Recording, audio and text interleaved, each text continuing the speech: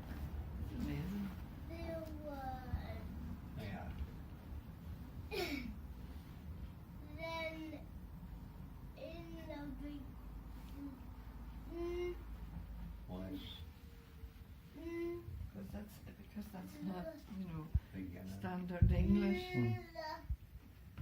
The beginning